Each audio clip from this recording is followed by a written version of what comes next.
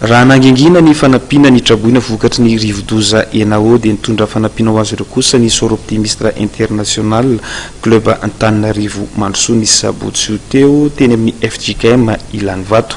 Miisa 3 ny trabona notoloran'ity fikambanam-behivavy ity kojakoja ilaina amin'ny andavanandro tamin'izany. Mitondra fanazavana indrindra ny filohan'ity fikambanana ity Misa Lalao Ramahady Soa.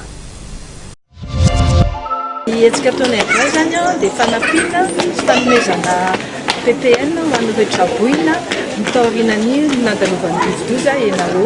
Izao manao fanampiana zao zany dia ny soro optimiste international club Antananarivo Mandrosoa sy ny association des amis de Madagascar izay any Paris any France.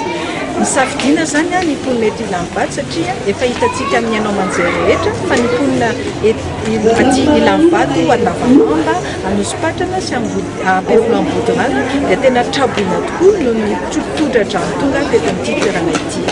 Zay moa zany fikambanam-behivavy manao asa sosialy ho an'ny ankizy ho an'ny tovovavy ho an'ny vehivavy. Ny association de Madagascar any Andafo dia fikambanana malagasy manao asa soa gasy daholo zareo any dia manao asa soa ny mponina etỳ tanindrazana eto Madagasikara.